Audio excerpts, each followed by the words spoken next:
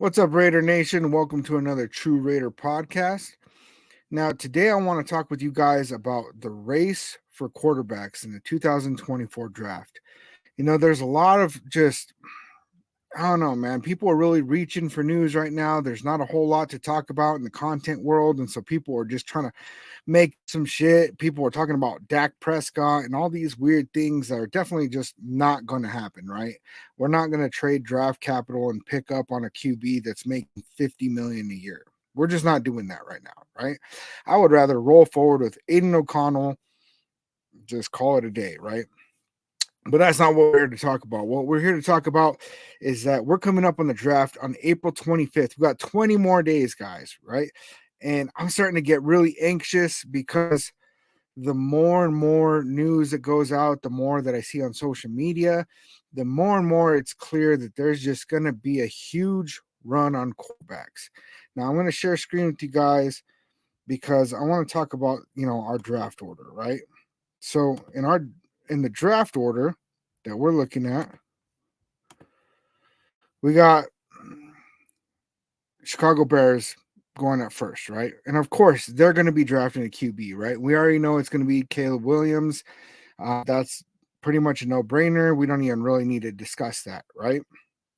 Now, the other teams that are very obvious that are going to be looking for a quarterback are the Washington Commanders, the New England Patriots. Both of them traded away their starter. And then we got the New York Giants. They need a quarterback. And the Minnesota Vikings and the Denver Broncos and us, right? So that's already what, six teams that are definitely going to be looking for a quarterback in the top 13. Now, besides that, what I'm not really seeing, right? Because it's pretty obvious that these teams are going to need a quarterback, right? Giants might not pick one up. Have Daniel Jones, they're into him for a lot of money, but that didn't stop the Denver Broncos, right? So I'm hoping that the Giants move forward with Daniel Jones, but we don't really know that for sure. Minnesota Vikings, they lost Kirk Cousins. They're definitely going to be going for a quarterback. And the Denver Broncos are still paying Russell Wilson and cut him anyway, which I think is, it's, if you're going to pay a guy, keep him on your roster, right? Anyway, besides that, what we're also looking at is just like with the New York Giants and Daniel Jones, they're not really sold on this guy being a quarterback of the future, right? He's really just not performing the way that they thought. He spent a lot of time injured, and it's just not really turning out great for them. And then we got the Tennessee Titans. Now, Tennessee Titans, they picked up Will Levis in the second round last year, but really he did okay, right? And just because they have him doesn't mean that they might not see another quarterback like a Bo Nix, JJ McCarthy, Michael Penix Jr., that they're convinced is going to be their guy.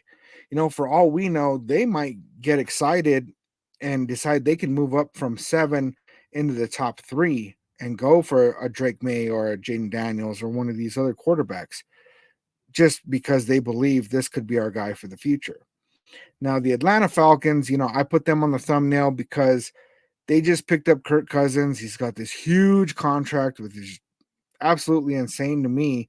But see, a lot of teams, what they like to do is they bring in a quarterback and they bring them in on, like they're going to sit behind the starter for a couple of seasons, sometimes like a Jordan Love or Aaron Rodgers, where they sit for several years before they become the starter. And so if you bring somebody into the Falcons and go ahead and sit, Michael Penix Jr., a JJ McCarthy, one of these kind of guys, you sit him for several years, and then all of a sudden you already have the starter that's well groomed on your roster, right? And what I'm not seeing is, I haven't seen anybody talking about the New York Jets. And the New York Jets are a huge possibility for a team that would be looking to draft a quarterback. And I think that people are overlooking this because they have Aaron Rodgers. He's coming off of that Achilles injury. He's supposed to be healthy. And just because they have Aaron Rodgers on their roster doesn't mean they're not looking for a quarterback. I mean, the Packers drafted Jordan Love years ago with Aaron Rodgers still on the roster, right? And that was before the Achilles injury, and that was before he turned 40, right? And so now the Jets have a super old Aaron Rodgers that is coming back from a really rough injury, and it could be in a position where, they think that they need to go ahead and draft a quarterback while they're in, at the number 10 spot, because they're looking to win, right? They're really trying to put themselves in position to win now. And in future drafts, they're not going to be drafting nearly as high. Now, the hopes is that all of these teams are going to be looking at all the wide receivers that we have that are projected to go in the top 13 picks. There's several tackles that are projected to go. So, like, really, that is the main hope that we have looking at, right? But I mean, who knows who's going to really go for what quarterbacks, right? And so a lot of people, man, have been like just sitting in this spot where they're like, oh, we shouldn't trade away the farm and go get Jaden Daniels. Let's trade back in the first round and pick up Michael Penix Jr. Or let's pick up a tackle in the first round and then in the second round draft Michael Penix Jr. And like I said it on my last video, and I hate to break it to you guys that didn't see that video, but Michael Penix Jr. is not going to fall to the second round. And I don't even know if he's going to fall to number 13. Michael Penix Jr., if it were not for his injury history, which is pretty significant, right? But he's passed all his medicals. But Michael Penix Jr., he would likely be considered to be one of the top 3 or 4 picks if it weren't for that. He's got a great arm, he's got great accuracy, he's got great speed. He ran a 4.45, I think it was, and a 40-yard dash on his pro day. And like they say, like he's got like the best arm accuracy, and he's probably the most NFL ready out of any of the quarterbacks, even over Caleb Williams and Jaden Daniels and Drake May, right? Um, and so there's going to be a lot of teams that are willing to overlook his injury history because they believe he's healthy now, and he's really learned a lot from being in position where he was getting injured, right? And so he's playing in a way that's, like that's one of the big knocks on Jaden Daniels, man. I saw this uh this mashup video of Jaden Daniels taking all these huge hits, right? And it said the only problem with Jaden Daniels is that he looks like a Looney Tunes character every time he gets hit, right?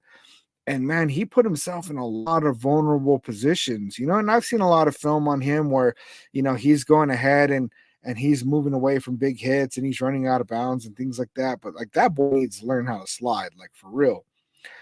And so, like, that's one of the big knocks on Jane Daniels is that he really hasn't learned that yet. And so you could have a situation um, where Jaden Daniels gets, drafted, in the top 3, and then, goes out there and gets hurt in the first couple of weeks of the season. And then all of a sudden you're running with your backup anyway, right? And if that's the Las Vegas Raiders that do that, it's a good thing. Like we got Aiden O'Connell, we got Gunnar Minshew.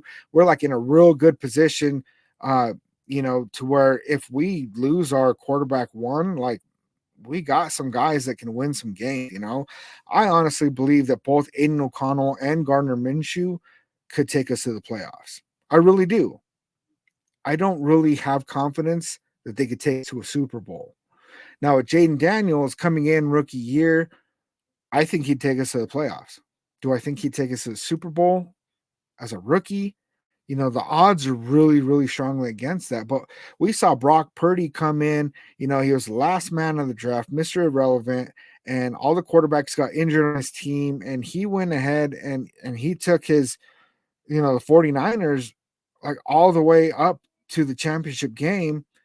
And then he got injured, right? And he messed up his elbow. And I think if it were not for that injury, like he probably would have been in the Super Bowl. And who knows? He could have, so I wouldn't knock on the possibility of that happening just because it hasn't happened, right? Do I really thoroughly believe that if we get Jaden Daniels this year, we're going to win the Super Bowl? I don't really believe that. Do I think we're going to be a contender and people are going to have to watch out for us, like how AP said? Yeah, I really do. I think that no matter who we have starting at quarterback this year, teams are going to have to worry about the Raiders, right? We're going to coming in with a whole different culture, a whole different attitude, and I got to tell you guys, I'm excited for this season. I'm excited. And I really believe that AP and Tom Telesco are not sitting in a position where they are just going to make some dumb decision because they have the foresight to realize that there's all these other teams that want a quarterback. I think if we want one of these quarterbacks, we probably have to move up. And I don't know how I feel about moving up to get Michael Penix, right? I would be I would be okay with it if we didn't really give away too much draft capital. And I would love to get Jaden Daniels, right? And I know that's going to have a big cost to it. And something I think that's being overlooked is being able to package players in there, right? And one of the things that I've been talking with people about, and some agree and some really don't agree, is Colton Miller, right? Colton Miller has been an amazing left tackle for us, right? He's really could be even at the peak of his game right now, but because he was out on injury last year, we had Thayer Mumford come in and really prove that he can get it done at the left tackle position. And right now, Colton Miller is worth a lot in a trade, right? Like if somebody were willing to give us maybe like first round pick, like later in the first round for Colton Miller, I wouldn't mind moving on from Colton Miller and packaging him with some draft picks to be able to move up and get Jaden Daniels, right? And if we're in a position like that, it could be that Colton Miller's to be on the decline right now, right? And it's like, trading players when they have value. Like we waited too long on Derek Carr, we didn't get nothing for him. And there had been offers before that. We waited too long for Darren Waller. There was offers for him. We waited too long. We got a third round pick, which was decent. Hunter Renfro, we ended up cutting Hunter Renfro because nobody would trade for him, right? And so like we have a history of really burning the value on our players and then trying to move on to them once everybody realizes that we don't want them anymore and they don't have value. So moving on from a Colton Miller, while they know that we want him and he still has value, there's a lot of good tackles and offensive linemen in this draft, right? If we moved on from a Colton Miller, and let's say Colton Miller this year's first and next year's first, right, and being able to move that to move up and get a quarterback, it puts us in position where we could pick up a really good quarterback, whether it's a Jaden Daniels or a Michael Penix or whatever we're really looking at in the first round. And then in the second round, going out and picking up a good tackle and then figuring out who's going to play left, who's going to play right, because Thayer Mumford can play both sides. He did better on the left, but, like I'm not really convinced that they are not looking at that yet, right? There's that trade that they we're talking about with the Dolphins, where we tried to move up and get the first rounder from the Dolphins, and they were trying to move our second round, third round, and fourth round from this year to get their first round from this year. And I get that, right? But I feel like if we really want to have good solid picks and be able to move up or get more draft capital, I think Colton Miller is probably our most valuable asset that we could move on from without it extremely hurting us, right? Now, if we keep Colton Miller and package him, we have Thayer Mumford, and then we pick up one of these really good guards or tackles and move somebody into that right guard position, we could have a really stacked offensive line this year, guys. And I won't be mad at that at all. Honestly, if we don't get a quarterback, and we use that number 13 pick to pick up either one of these really good offensive tackles or a cornerback one, I mean, we can really put ourselves in position in this draft either way, right? Whether we get quarterback or not, to where, man, I don't see any way that we're not going to be in the playoffs this year, right? And so I'm getting excited. If you guys are getting excited for the season, you let me know.